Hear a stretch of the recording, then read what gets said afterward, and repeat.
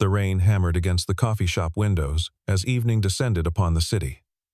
Elena Sterling sat motionless in her wheelchair, her 7-month pregnant belly prominent beneath her soaked coat. At 26, her once bright eyes now stared hollowly at the letter bearing her father's signature. Richard Sterling's words blurred through her tears. Daniel Carter pushed through the door, his janitor's uniform damp from the downpour. His gaze found her immediately. "Are you okay?" he asked gently, his voice cutting through her despair. Elena Sterling had once been the golden daughter of one of America's most powerful CEOs. Richard Sterling had built his empire from nothing, transforming a small tech startup in his garage into Sterling Group, a billion-dollar corporation that dominated 3 sectors of the technology industry. The company's headquarters occupied 40 floors of prime Manhattan real estate, its influence reaching across 6 continents. After his wife Margaret died of a sudden heart attack when Elena was 15, Richard buried himself deeper in quarterly reports and board meetings, believing that success and wealth would somehow fill the void her death had carved into their family. Elena understood his grief because she felt it too, the absence of her mother like a phantom limb that ached in quiet moments. She threw herself into her studies at Yale with the same single-minded determination, graduating summa cum laude in business administration with a minor in international finance. Every summer was spent interning at Sterling Group, shadowing executives, learning supply chains, understanding market dynamics, preparing to inherit an empire. She was being groomed from birth to carry on the Sterling legacy. Her face already familiar to board members who saw her as Richard's natural successor. Then came the accident 2 years ago on Interstate 95. It was a rainy November evening, much like this one. A drunk driver in a pickup truck ran a red light at 70 miles per hour, T-boning Elena's Mercedes and crushing it against a concrete barrier. The paramedics used the jaws of life to extract her from the wreckage. 11 hours of surgery saved her life, but the damage to her spinal cord was complete and irreversible. L2 and L3 vertebrae shattered beyond repair. Paralyzed from the waist down at 24, Elena spent 6 months in rehabilitation learning to navigate the world from a wheelchair. Richard hired the best specialists from Johns Hopkins, Mayo Clinic, even flew in experts from Switzerland.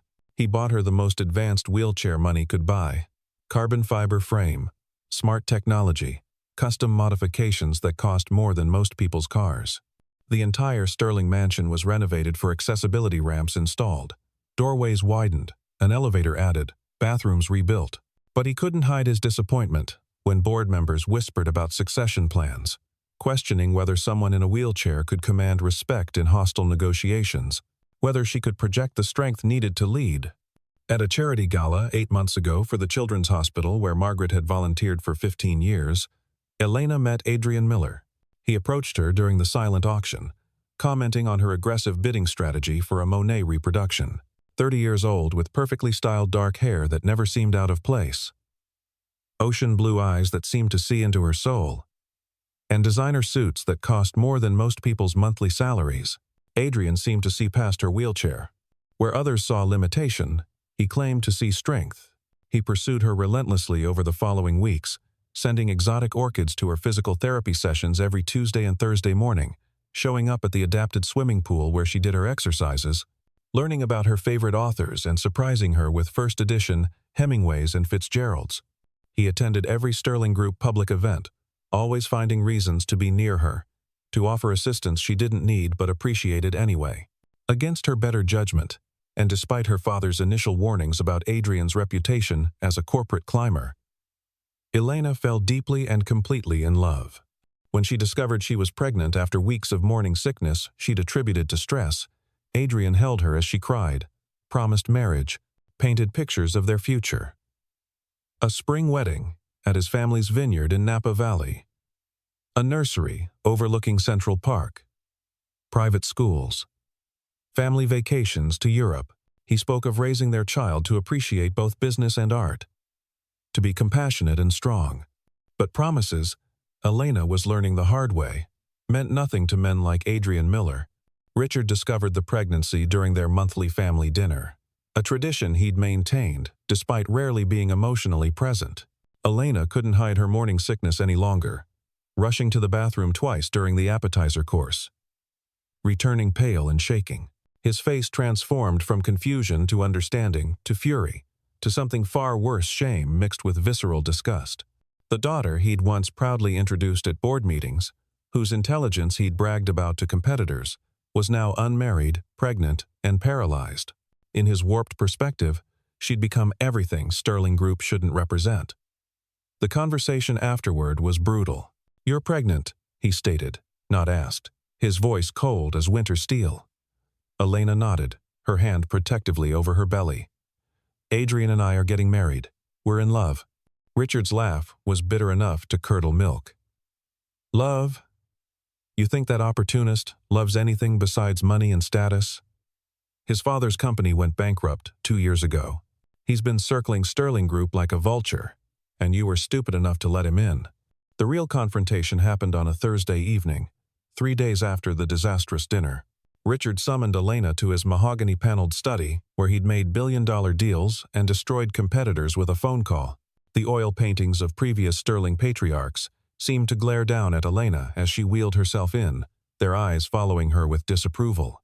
Richard stood behind his massive desk like a general preparing for war, his Italian suit impeccable despite the late hour, his expression carved from stone. "How could you be so irresponsible?" His voice carried the same tone he used when firing executives who'd failed quarterly projections. 26 years of preparation, the best education money could buy, and you throw it all away for what? A few months of passion with a man who's obviously using you? Elena gripped her wheelchair's armrests until her knuckles turned white, fighting to keep her voice steady. "I'm in love, Dad. Adrian and I are getting married next spring. This baby is wanted and loved, which is more than I felt growing up in this museum you call a home." Richard's face darkened at the insult. "Adrian Miller? That opportunist who's been sniffing around our competitors like a dog in heat? His last 3 relationships were with heiresses and executives' daughters. You think you're special? You think he sees past the Sterling name?" The word stung because Elena had started wondering the same thing. Adrian's calls had grown infrequent over the past month, always claiming work obligations. His visits were shorter, often ending with carefully casual questions about Sterling Group's expansion plans or her father's investment strategies for the Asian markets.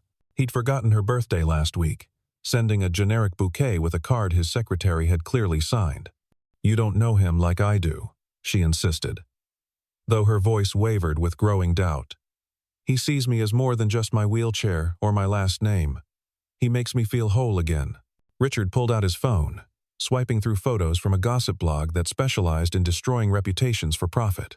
Elena at a modest restaurant in Queens she'd thought was safe from prying eyes, her pregnancy obvious beneath a simple dress she'd bought off the rack, the headline reading "Sterling Heiress's Secret Shame, Billionaire's Daughter Breeding Out of Wedlock."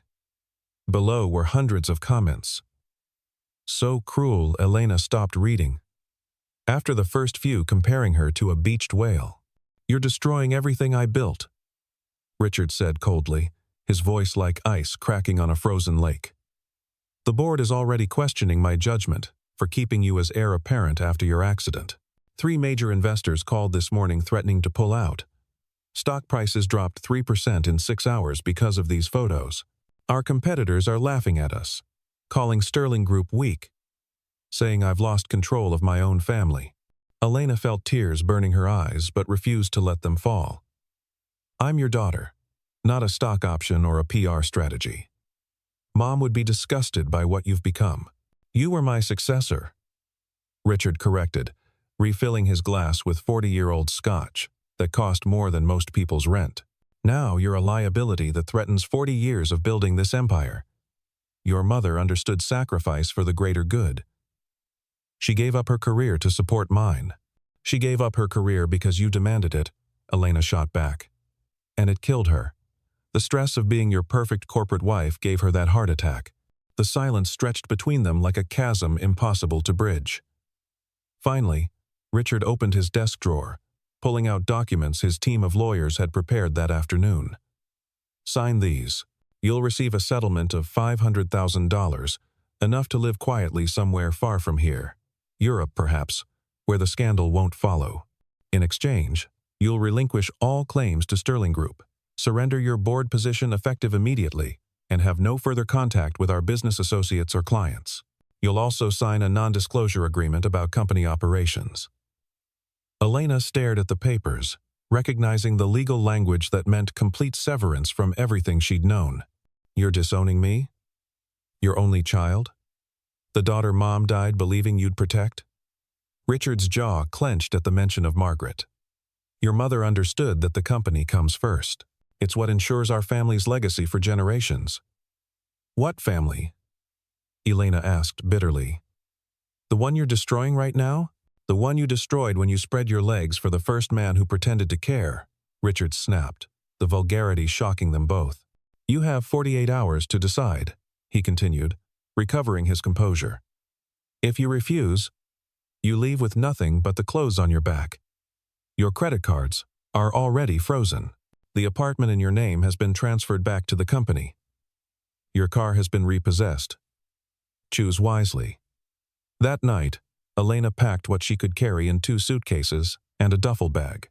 Her hands shook as she folded clothes, choosing practical items over designer pieces. She'd saved $3,000 in cash, hidden in her mother's old jewelry box behind the pearls Margaret had worn on her wedding day. As rain began falling, matching the tears she could no longer hold back, she wheeled herself out of the 20-room mansion where she'd taken her first steps, spoken her first words, celebrated birthdays, and mourned her mother.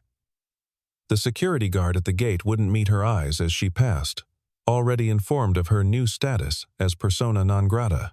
Daniel Carter was finishing his 10-hour shift at the Bentwood office complex, his back aching from mopping 3 floors and cleaning 47 bathrooms, when he saw her through the sheets of rain. The coffee shop was closed, its neon sign dark. But Elena sat under the small awning, trying futilely to escape the downpour.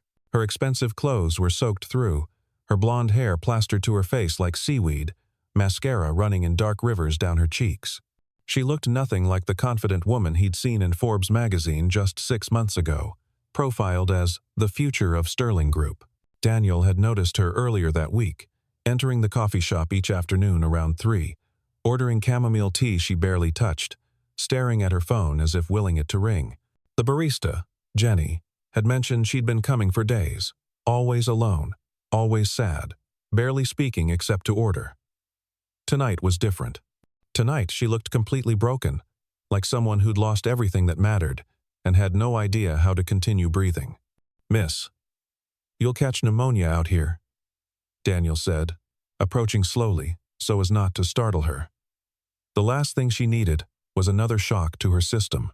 Elena looked up, startled by the kindness in his voice, after days of harsh words and rejection. "The shop's closed. I'm just waiting for the rain to stop. This storm's supposed to last all night according to the weather service," Daniel said, checking his phone. "Are you waiting for someone to pick you up?"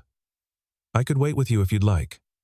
For somewhere to go," she admitted quietly, her voice barely audible over the rain hammering the pavement. "I used to have a driver. I used to have a lot of things." Daniel glanced at her luggage. Louis Vuitton pieces, he recognized from magazines, now soaked and mud-splattered. He noticed her wheelchair, a high-tech model that probably cost more than he made in 6 months. Her pregnancy was obvious, despite her loose sweater. His own struggles as a single father had taught him to recognize desperation in all its forms. He'd worn that same expression after Sarah's funeral, standing in their empty apartment, wondering how he'd raise Ethan alone. "Look, I know this sounds crazy, and you have absolutely no reason to trust me, but my apartment's just 3 blocks away on Riverside. You could dry off, warm up, maybe eat something, and figure out your next move. No strings, no expectations, just human kindness." Elena studied him carefully, cataloging details. His uniform was worn but meticulously clean. Name tag, reading Daniel C. His face was weathered but kind, laugh lines around brown eyes that held a sadness matching her own. His hands were calloused from work but gentle-looking. "I don't even know you. You could be anyone. A serial killer. A kidnapper." "Daniel Carter," he said, pulling out his driver's license and work ID to show her. "I'm the night janitor here, Been working this building for 4 years since my wife passed. My son Ethan and I live in the Riverside Apartments, Unit 312. You can call the building Super, Mrs. Chen, to verify if you want. She'll vouch for me." "Why would you help a stranger?" Elena asked, suspicious after Adrian's calculated betrayal. "Especially one who's clearly a disaster?" Daniel thought of his wife Sarah, how she'd died 3 years ago from pancreatic cancer that took her in 4 months, leaving him to raise Ethan alone with no family support. His parents were gone. Sarah's family lived in Korea and barely knew Ethan existed.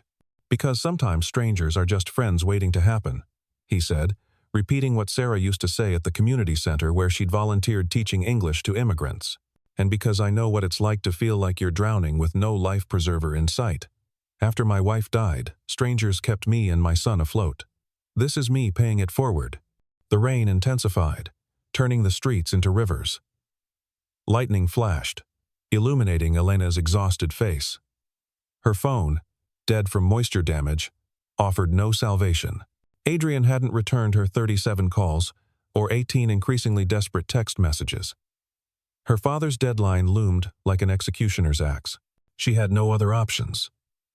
No friends who weren't connected to Sterling Group. No family besides Richard. "Okay," she whispered, her pride crumbling like wet tissue paper.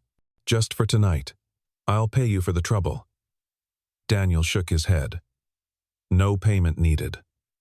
Let's just get you somewhere warm and dry."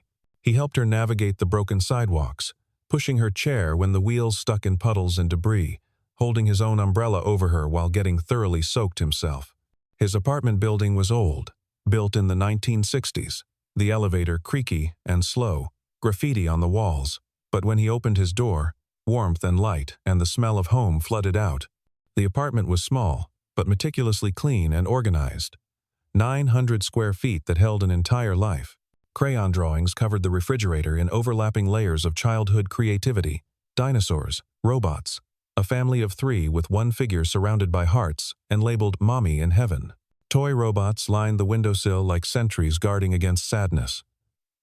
A New England Patriots blanket draped the worn couch that had seen better decades. Family photos covered one wall, a beautiful Korean woman with kind eyes appearing in most of them. Her smile radiant, even in casual snapshots. "Dad?" A young boy peered from behind a bedroom door, wearing dinosaur pajamas that were slightly too small. "Who's the lady?" "Is she from your work?" "This is Elena," Daniel said carefully, hanging up his soaked jacket. "She needs our help tonight. Remember what we talked about?" "About being kind to people who are having a hard time." Ethan nodded solemnly, then brightened with 8-year-old enthusiasm. "Like when Mrs. Rodriguez needed help with groceries after her surgery, or when Tommy's family needed food after his dad lost his job, or when Mr. Park couldn't pay rent and we shared our dinners. Exactly like that." Daniel smiled, ruffling his son's dark hair. "Can you get the extra blankets from the hall closet?" "The warm ones Grandma Sarah made." He grabbed clean towels from the bathroom, then hesitated at the doorway. The bathroom door's narrow, and there's a lip at the entrance. It's not really wheelchair accessible, but I can help, if you're comfortable with that. I helped my mom before she passed, so I know how to be respectful and maintain dignity. Elena felt embarrassed, but grateful for his matter-of-fact approach. "Thank you. I'm usually more independent, but everything's been so hard lately.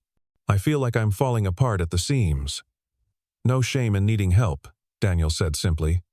"We all do sometimes." While Elena dried off in the bathroom with Daniel's respectful assistance, he kept his eyes averted, only helping where she specifically asked Ethan prepared his presentation with the seriousness of a UN ambassador.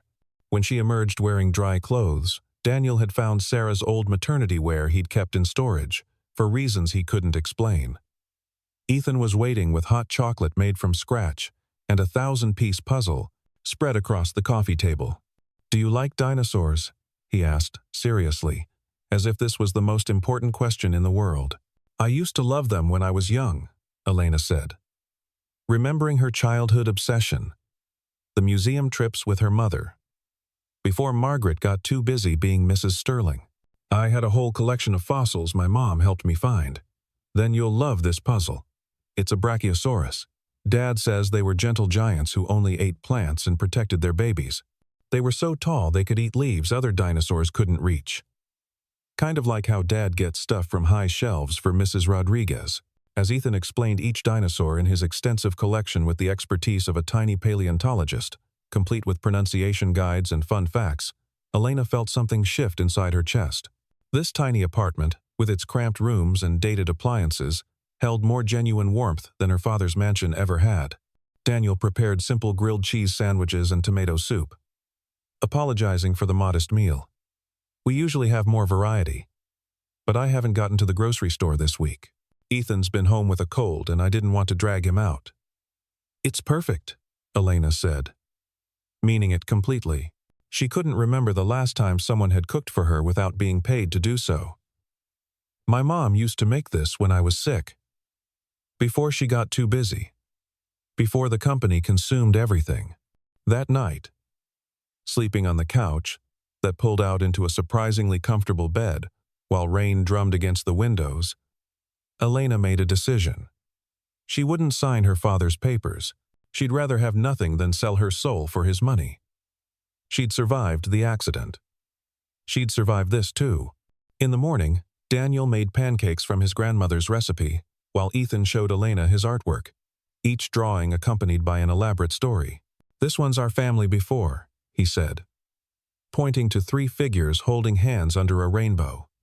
"But Mommy got sick and became an angel, so now she watches from the clouds. See? That's her face in the sun." Elena touched the drawing gently, feeling tears threaten. "She's absolutely beautiful. You're very talented, Ethan. Dad says she sends us signs that she's still around." Ethan explained, matter-of-factly. "Like when we see cardinals. Those were her favorite birds. Or, when we find lucky pennies. Maybe she sent you here because you needed us and we needed you." Daniel blushed furiously, nearly dropping the spatula. "Ethan, that's not, we can't assume Elena has her own life." "It's okay," Elena interrupted, wiping her eyes. "Maybe she did. I'd like to think so. I'd like to think someone up there is looking out for all of us." Over the following days, an unexpected routine developed that felt more natural than Elena's old life ever had. Daniel worked nights from 11 p.m. to 7 a.m., coming home exhausted but always with a smile for his son. Elena watched Ethan after school, wheeling herself to the bus stop to meet him, helping with homework while teaching him card games her grandfather had taught her before he died. She contributed what money she had for groceries despite Daniel's protests, and learned to cook simple meals from YouTube videos, determined to be useful, to earn her place in their small sanctuary. 2 weeks into their arrangement, disaster struck. The media vultures found her like they always did, drawn to scandal, like flies to carrion.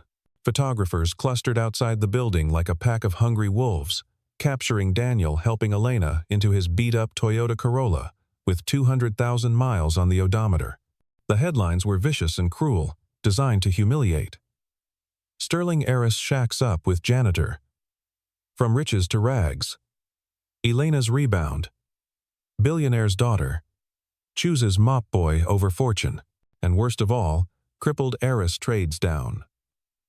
The comments online were even worse, dissecting her appearance, her wheelchair, her pregnancy, Daniel's obvious poverty.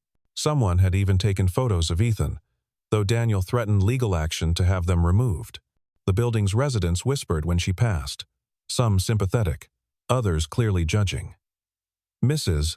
Chen, the super, remained kind, but Elena heard her telling another tenant that the attention was bad for the building's reputation. Richard's lawyer arrived that afternoon while Daniel was at work, his Mercedes S-Class looking absurdly out of place parked between a rusted pickup and a Honda with a missing bumper. Elena recognized Harrison Walsh, her father's chief legal counsel for 20 years, a man who'd bounced her on his knee as a child, and now looked at her like something he'd scrape off his Italian leather shoes.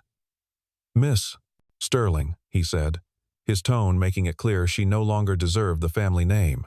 Looking around the modest apartment with barely concealed disdain, his gaze lingered on the water stain on the ceiling, the cramped quarters, the obvious poverty. "Your father is concerned about your recent choices. His concern is touching," Elena said dryly. Considering he threw me out like yesterday's garbage, he's willing to increase the settlement to $1 million, Harrison said, placing a Hermes briefcase on the scarred coffee table. The conditions remain the same, with the addition that you cease this transparent attempt to embarrass him by living with someone so far beneath your station. This janitor you've latched onto, it's unseemly. People are talking. The board is questioning your father's judgment, even more now. Elena felt rage building like a tsunami. Daniel Carter is worth 10 of my father and 100 of you. Is he worth your child's future? Harrison asked pointedly, adjusting his gold cufflinks that cost more than Daniel made in a month. Think about what you're doing, Miss Sterling. No private schools, no Harvard legacy admission, no trust fund, no opportunities, no connections. Your child will grow up in poverty, all because of your pride. Is that really what your mother would want? For her grandchild to suffer because you're too stubborn to see reason. The mention of her mother was a calculated cruelty.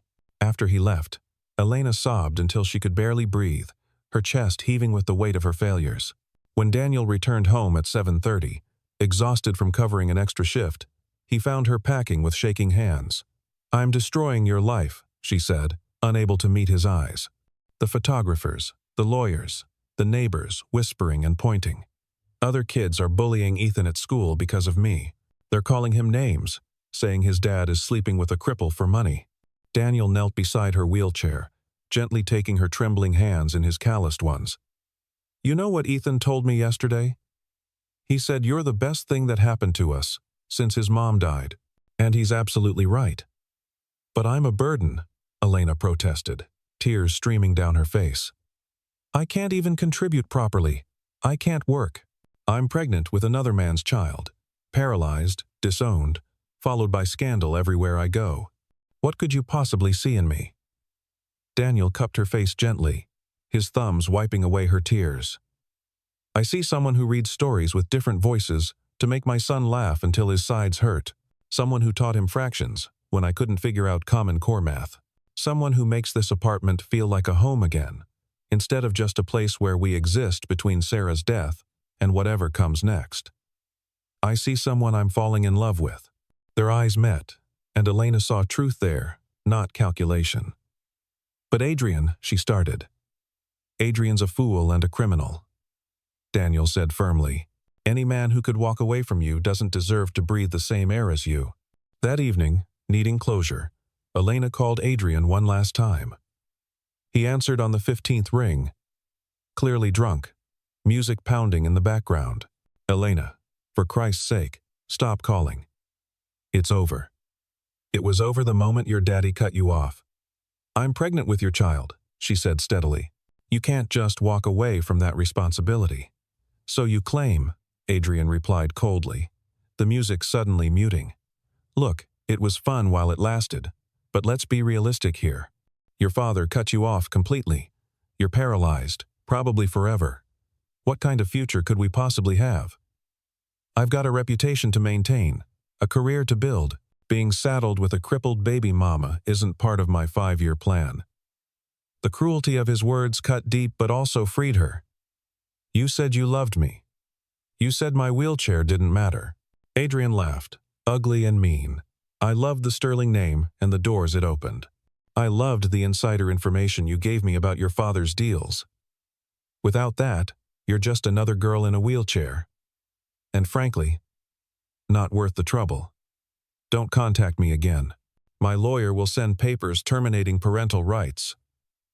I want nothing to do with you or the brat." He hung up. Elena stared at the phone, then at Daniel reading to Ethan on the couch, doing all the voices for Harry Potter, making his son giggle. Real love, she realized with crystal clarity, looked nothing like Adrian's promises and everything like this patience, kindness, dinosaur puzzles, bedtime stories, and choosing to stay when leaving would be easier. 3 days later, Daniel overheard a conversation that changed everything. He was cleaning the executive floor of Meridian Industries, Sterling Group's biggest competitor, when Adrian's voice drifted from a conference room.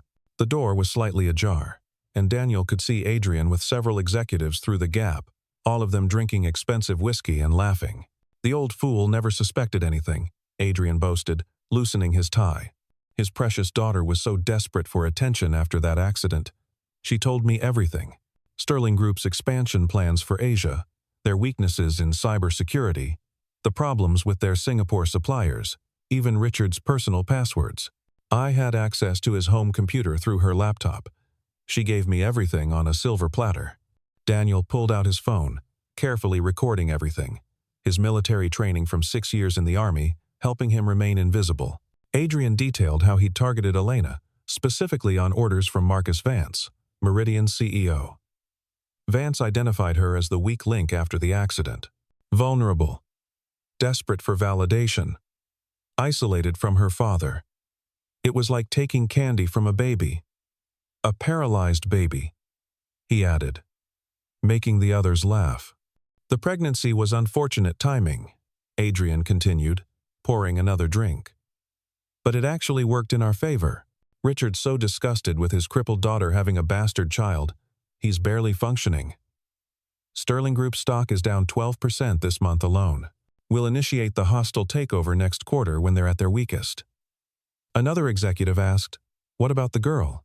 Could she expose us?" Adrian waved dismissively. "She's broke. Living with some janitor in a slum. About to pop out a kid. Who'd believe her? Besides, I've got enough fabricated evidence to make her look like a bitter ex trying to get revenge. We're untouchable." Daniel's hands shook with rage. Elena had been systematically destroyed by calculated cruelty. He wanted to burst in and beat Adrian senseless. But revenge required patience and evidence. When he returned home, he found Elena teaching Ethan to paint with watercolors, her smile genuine despite everything she'd endured. He couldn't tell her yet, not without proof that would stand up in court. But he'd make this right if it killed him.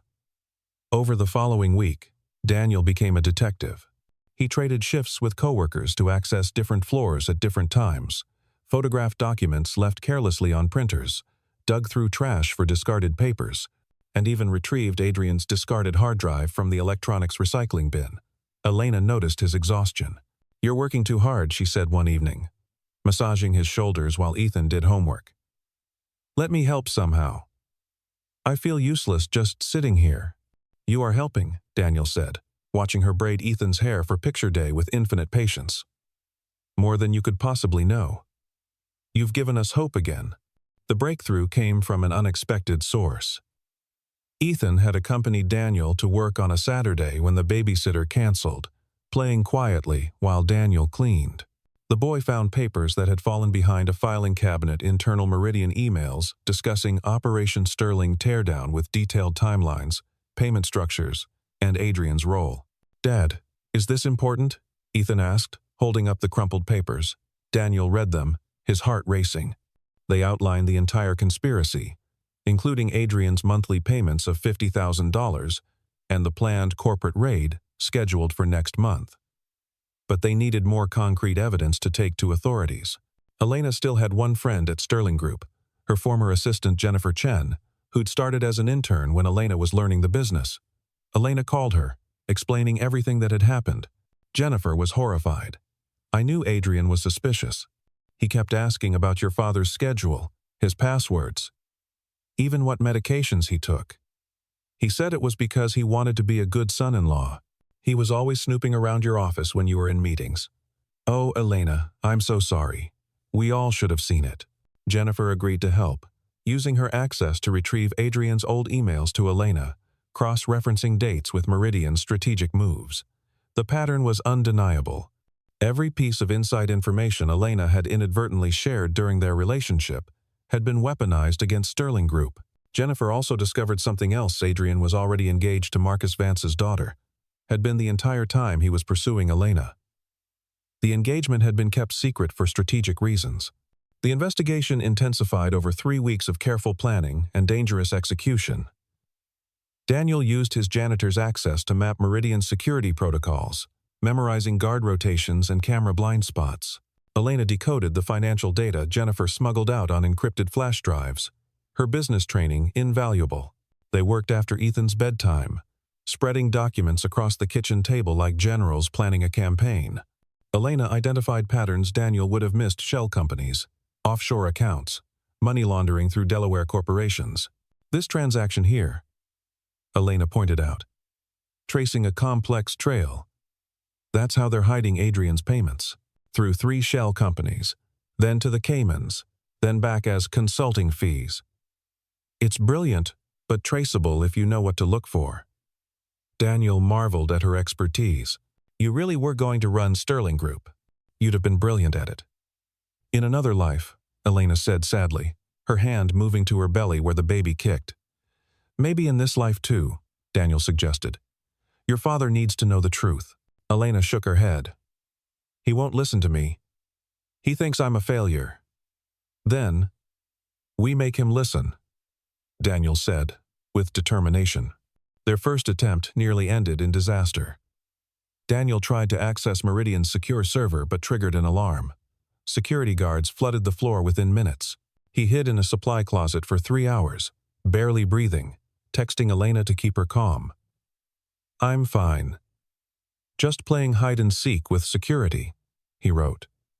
That's not funny, she replied. You have a son to come home to, and me. We need you safe.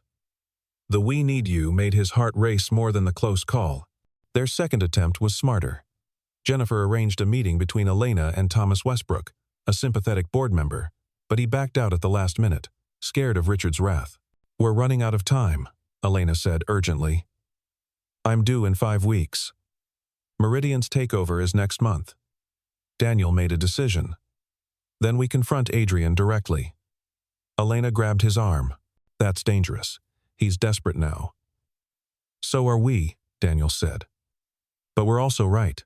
The plan was simple, but risky. Daniel would confront Adrian in the Meridian parking garage at 2 a.m. when security was minimal. Elena would wait in the car with the engine running, ready to call police if needed. But plans, like promises, often crumble under pressure. Adrian arrived early with 2 security guards, tipped off by someone. Daniel's heart sank until he heard a familiar voice. Adrian Miller? Richard Sterling emerged from behind a concrete pillar, flanked by his own security team. We need to talk. Elena gasped from the car. Her father looked older, grayer, diminished. But his presence still commanded attention. About what? Adrian asked nervously, his hand moving toward his jacket. About how you seduced my daughter for corporate espionage, Richard said coldly. Daniel stepped forward, holding up the evidence. Mr. Sterling, I have proof of everything. What followed was chaos.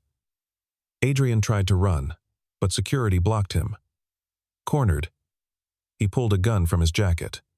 You don't understand, he shouted, waving it wildly. Marcus Vance owns judges, politicians, half the police force. If I don't deliver Sterling Group, I'm dead. Daniel moved instinctively between the gun and the car where Elena waited. Put it down, Adrian. This won't solve anything. You destroyed my daughter for money. Richard's voice broke with rage and grief. Adrian laughed bitterly. She was an assignment. The pregnancy complicated things. Makes her damaged goods now, doesn't it, Richard? The cruelty sparked something primal in Daniel. He started forward, but Elena's voice stopped everyone. She'd gotten out of the car, wheeling herself into view with remarkable calm. Adrian, look at me. Her voice was steady, commanding. You think you broke me? You think being paralyzed makes me weak? I survived an accident that should have killed me. I'm carrying a child despite everything. I found real love with a man who sees my worth beyond my name or my legs. You didn't break me. You freed me from a shallow life of lies. Adrian's hand shook. Shut up.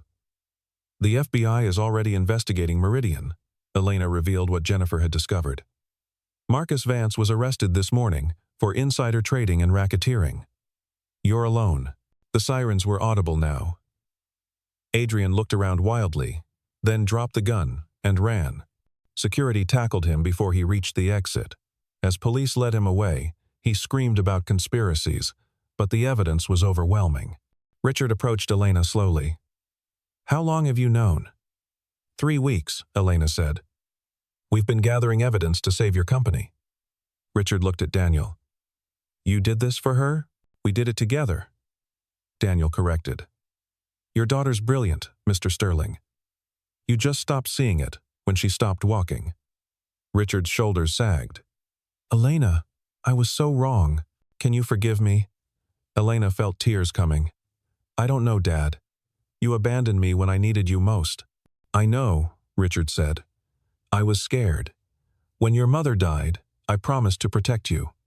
Instead, I became the threat she would have fought. The conversation was interrupted by Elena, gasping in pain. The stress, she managed. The baby's coming now. The hospital room was controlled chaos. Elena was only 35 weeks pregnant, the baby arriving 5 weeks early from stress. Daniel held her hand while she crushed his fingers during contractions. Richard paced the hallway, forbidden from entering by Elena but unable to leave. Ethan stayed with Mrs. Rodriguez, drawing pictures and praying. You're doing amazing. Daniel whispered between contractions. I'm scared, Elena admitted. What if something's wrong? What if I can't be a good mother from a wheelchair? You're already a wonderful mother to Ethan, Daniel reminded her. This baby is lucky to have you. The delivery was complicated by Elena's paralysis, requiring careful monitoring. For 7 hours, she labored with Daniel, never leaving her side. Finally, at 2:43 a.m., a healthy baby boy entered the world. He's perfect, the doctor announced. Small at 5 pounds, but strong. Elena sobbed as they placed him on her chest. Hello, little one. I'm your mama. Daniel touched the baby's tiny hand. He has your eyes. And your determination, Elena said. You saved us both. You saved yourself, Daniel corrected. I just reminded you how strong you are. Richard knocked tentatively. May I? Elena nodded, exhausted. Her father entered slowly, tears flowing at the sight of his grandson. He's beautiful. What's his name? Elena looked at Daniel, who nodded. Thomas Daniel Sterling, she said. After both his grandfathers. Richard's composure cracked completely. My father would have been honored. The baby grasped Richard's finger with surprising strength. I'll do better, Richard promised. For all of you. Over the following days, the hospital room became a gathering place. Jennifer brought balloons. Mrs. Rodriguez brought tamales. Ethan brought his dinosaur collection. He needs to know about T-Rex first. Ethan explained seriously. The media attention shifted from scandal to redemption. Adrian's arrest exposed Meridian's corruption, saving Sterling Group. But in the hospital room, none of that mattered. What mattered was Elena learning to breastfeed, Ethan singing lullabies, and a new family taking shape. 2 months after Thomas's birth. Spring arrived in full bloom. The small backyard of Daniel's apartment building had been transformed through Richard's financing and Daniel's labor, not charity, but a grandfather wanting safe spaces for his grandsons. A ramp led to raised garden beds where Elena grew vegetables with Ethan's help. The tomatoes are huge, Ethan announced, Thomas babbling agreement from his bouncer. Elena laughed, soil on her hands, feeling more accomplished than any deal ever made her feel. Daniel was building a sandbox, his shirt off in the warm sun. Elena watched him work, still amazed this man had chosen them. Stop staring at my dad, Ethan teased. That's because I love him, Elena said simply. Ethan considered this. Does that mean you'll be my mom now? Only if you want me to be, Elena said. I already asked Thomas, Ethan said seriously. We voted. Daniel dropped his hammer, kneeling beside Elena's chair. Ethan's been practicing something, he said, pulling out a small velvet box. Will you marry us? Ethan asked excitedly. Dad says you have to marry all of us. Elena looked at the simple ring. Perfect, because it came with love, not lies. Yes, she said, crying and laughing. Yes, to all of you. Richard arrived for Sunday dinner, carrying legal documents making Elena full partner in Sterling Group. When you're ready, he said. The company needs your vision. I have a new vision now, Elena said, watching Thomas reach for Ethan. It includes boardrooms and sandboxes. The best visions do, Richard agreed.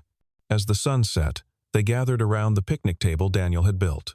Elena looked at each face her father, learning to be present. Daniel, her unexpected salvation. Ethan, her bonus son. Thomas, her miracle. Her legs might never work again, but her heart had never been fuller. "You know what I realized?" Elena said, holding Daniel's hand. "I spent so long mourning what I lost, but losing all that led me here." Daniel squeezed her hand.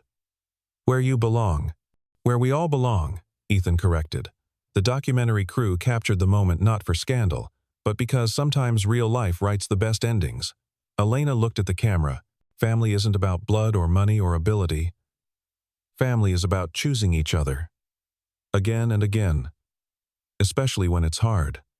Daniel chose me when I had nothing. Ethan chose to share his dad. Thomas chose to arrive perfect. And Dad chose to change. That's our story. The camera pulled back, capturing the scene. A paralyzed woman surrounded by love. Building the life she never expected but deserved. Children played, men laughed, and hope bloomed like Elena's tomatoes, unexpected, resilient, and absolutely thriving.